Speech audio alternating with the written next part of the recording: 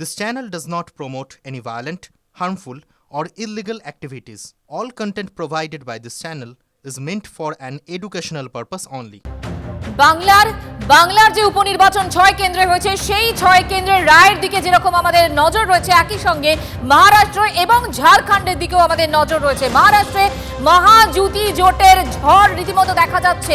200 পেরিয়ে গেল বিজেপি জোট, 60-এর নিচে নেমে গেল মহাবিকাশ আঘাড়ি।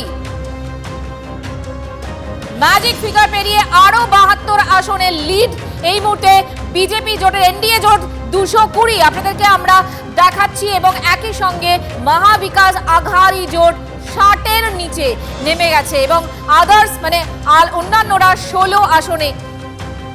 এই মুহূর্তে এনডিএ 217 আর একটু কমে গেল। এই মুহূর্তের আপডেট 217 হচ্ছে এনডিএ জোট, কিছুটা কমেছে এবং 51 হচ্ছে মহাবিকাশ, 51 হচ্ছে মহাবিকাশ আঘাড়ি জোট এবং অন্যান্যরা 20।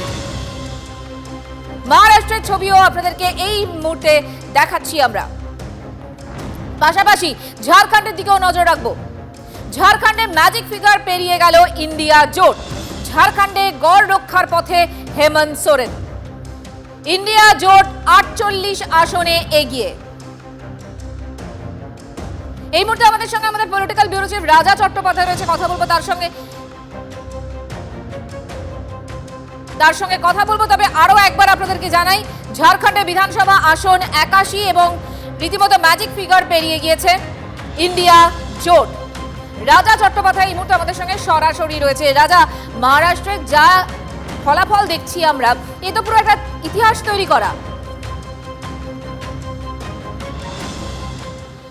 হ্যাঁ দেখো মঞ্জিরা, এখনো যদিও ট্রেন্ড বলতে হবে কারণ এগিয়েই বেশি, কিন্তু এটা একটা ইতিহাস গড়া হচ্ছে মহারাষ্ট্রে। এবং যেটা সব থেকে ইম্পর্টেন্ট এটা হচ্ছে যখন কংগ্রেস এই ভারতের সব থেকে বড় রাজনৈতিক দল ছিল এবং কংগ্রেসের ধারে কাছে কেউ ছিল না।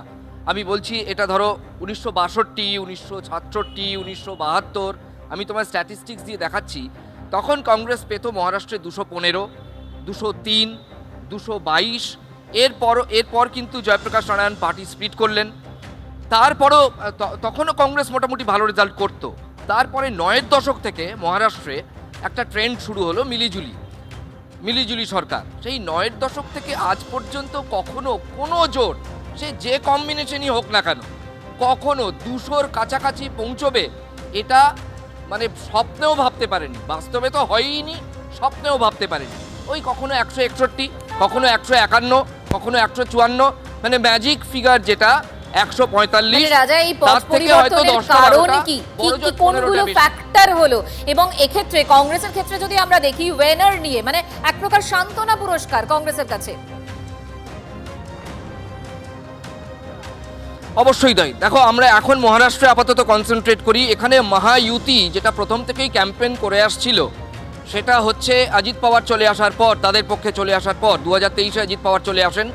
তারা এই জোটের পক্ষে একটা ম্যাসিভ প্রচার বা প্রোপাগান্ডা করেন এবং তাদের যেটা মূল ক্যাম্পেইন ছিল, এই রাজ্যে যেমন লক্ষ্মীর ভাণ্ডার, মধ্যপ্রদেশে যেমন লাডলি বেহেনা, এখানেও কিন্তু মহিলাদের জন্য একটা স্কিম আছে। সেই স্কিমটা কিন্তু উপেক্ষার তো কোনো প্রশ্নই নেই। অলরেডি পলিটিক্যাল অ্যানালিস্টরা বলতে শুরু করে দিয়েছেন যে মহারাষ্ট্রে এরকম একটা ট্রেন্ড সেটিং রেজাল্টের দিকে মহায়ুতি জোট এগোচ্ছে। তার একটা বড় কারণ হতে পারে মহিলাদের জন্য যে ডোল রাজনীতি মহারাষ্ট্রে আছে, সেখানেও বেটি বাহিন বলে একটা প্রকল্প আছে। অর্থাৎ ওই নামের হেরফের, দেখা যাচ্ছে লক্ষ্মী যেদিকে, সাধারণ মানুষের ভোটও সেই দিকে। পশ্চিমবঙ্গে দেখো, মধ্যপ্রদেশে দেখো, এবার মহারাষ্ট্রেও কিন্তু দেখা যাচ্ছে। আর মহারাষ্ট্র কিন্তু কখনোই এমন রাজ্য ছিল না যেখানে সরকার একটা ম্যাসিভ উইন করলো, সরকারি দল মানে যে দল জিতলো, আর একদম বিরোধীরা পুরো কুপোকাত হয়ে গেল বা ধরাশায়ী হয়ে গেল। এইরকম কিন্তু মহারাষ্ট্রে সচরাচর দেখা যেত না। অর্থাৎ জয়ী আর যিনি জিতেছেন আর যিনি হেরেছেন তার মধ্যে ফারাকটা খুব বিরাট থাকতো না। এখানে দেখা যাচ্ছে একটা চীনের পাঁচিলের মতো ফারাক হয়ে যাচ্ছে, মানে এত বেশি ভোটে জেতার প্রবণতা। এবার আরও একটা বিষয়, এখন কিন্তু 2019 থেকে 2024 সাল পর্যন্ত মহারাষ্ট্রে 1 কোটি রেজিস্টার্ড ভোটার বেড়েছে। এবার 5% ভোট এক্সট্রা পড়েছিল। এবং ফডনবিসরা বলতে শুরু করে দিয়েছিলেন যে এই যে এক্সট্রা ভোট পড়লো, ভোট বেস বাড়লো, ভোটের ব্যাপ্তি বাড়লো এবং একই সঙ্গে পার্সেন্টেজও বাড়লো, এই যে 5% ভোট এক্সট্রা পড়লো, প্রায় 4.5-5%, এর সুফলটা মহায়ুতি অর্থাৎ শাসক জোট পাবে। বাস্তবেও কিন্তু ঠিক তাই হতে চলেছে মঞ্জিরা। আপাতত অ্যানালিসিস এই।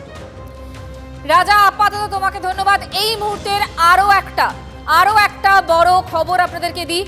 মাদারিহাটে বিজেপির বিপর্যয় বিস্ফোরক জন বার্লা, যাকে ফ্যাক্টর অনেকেই বলছিলেন আমাকে দল ব্যবহারই করেনি, লোকসভা ভোটের সময় আমাকে বসিয়ে রাখা হয়েছিল। টিভি9 বাংলায় বিস্ফোরক জন বার্লা।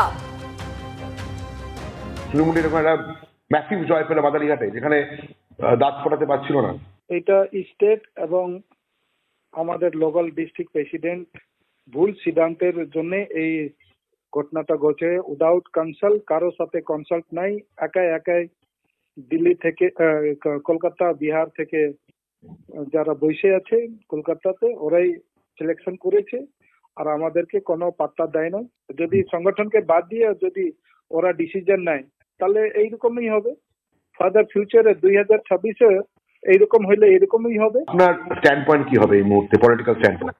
আমি এখন কোনো জায়গা নাই, আমি নিউট্রাল আছি। যেভাবে একাই ডিসিশন নেবে, আমাকে ওরা গুরুত্ব দিবে না, তাহলে আমি পার্টির জন্য কেন এইভাবে ফিজিক্যালি আসবো।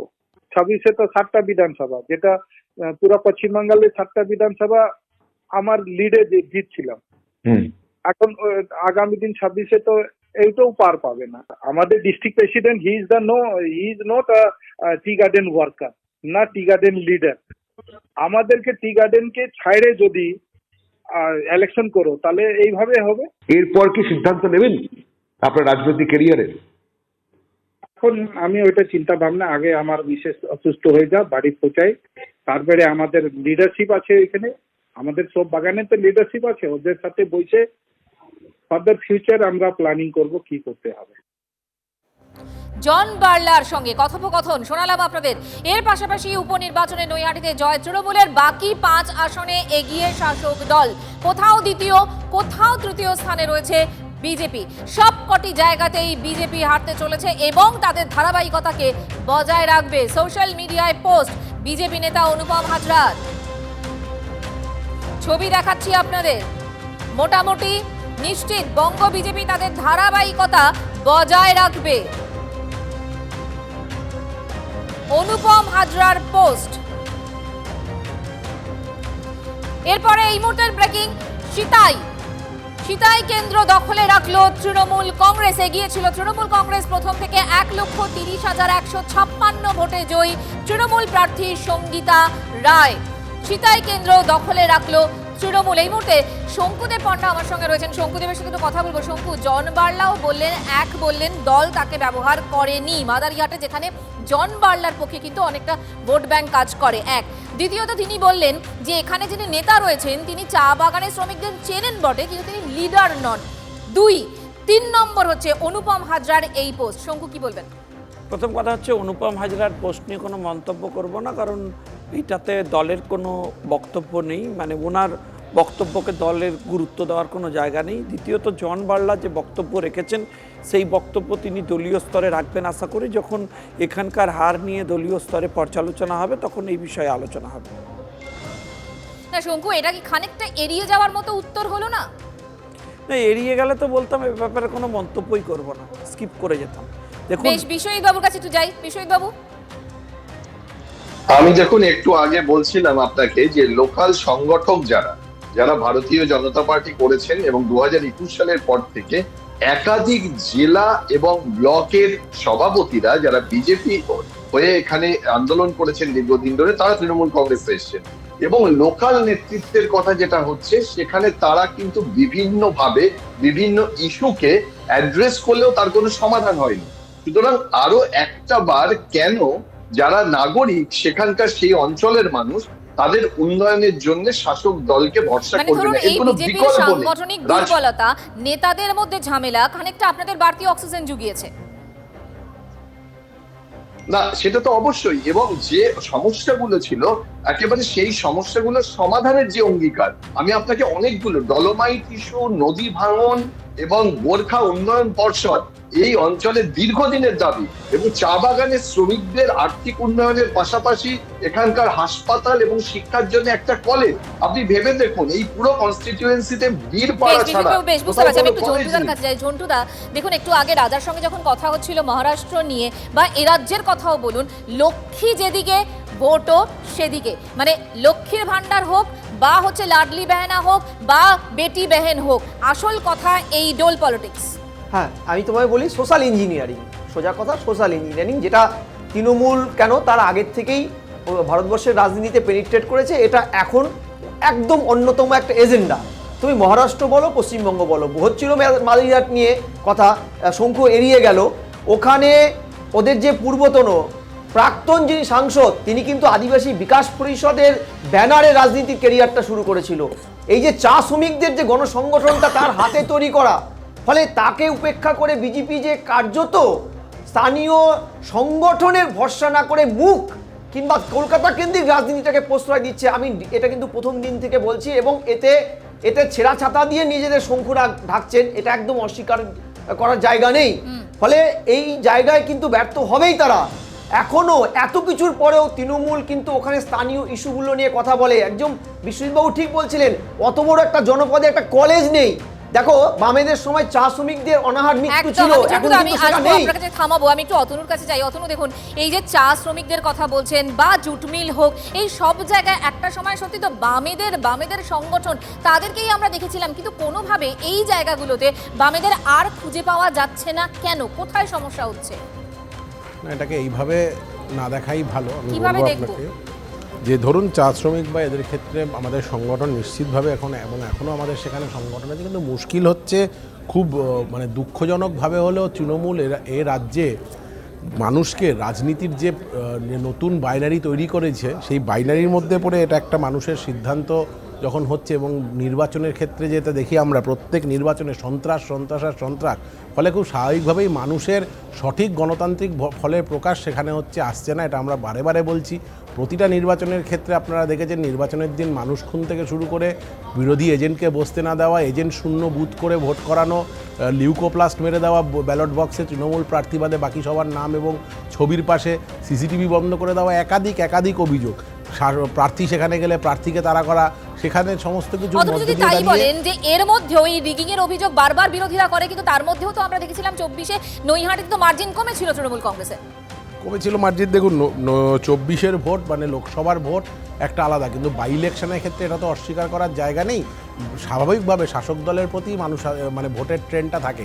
ব্যতিক্রম হিসেবে আপনি যদি বাইডনের কথা বলেন, সাগরদিঘির উপনির্বাচনের কথা বলেন, আবার এটাও খুব ব্যতিক্রমী যে নির্বাচিত একজন অন্য দলের প্রতিনিধিকে শাসক দল জোর করে নিয়ে নিজের দলে নাম লিখানো, এই জিনিসটাও পশ্চিমবঙ্গে ব্যতিক্রম। মানে তৃণমূল একটা বাইনারি সেট করতে চাইছে মানুষের মনে, যে এখানে জিতলেও তৃণমূল, হারলেও তৃণমূল, এরকম একটা বাইনারি তৃণমূল সেট করতে চাইছে, যেটা আদতে গণতন্ত্রের পক্ষে ক্ষতি। কেন ভাঙা যাচ্ছে না, এটাতেই প্রশ্ন।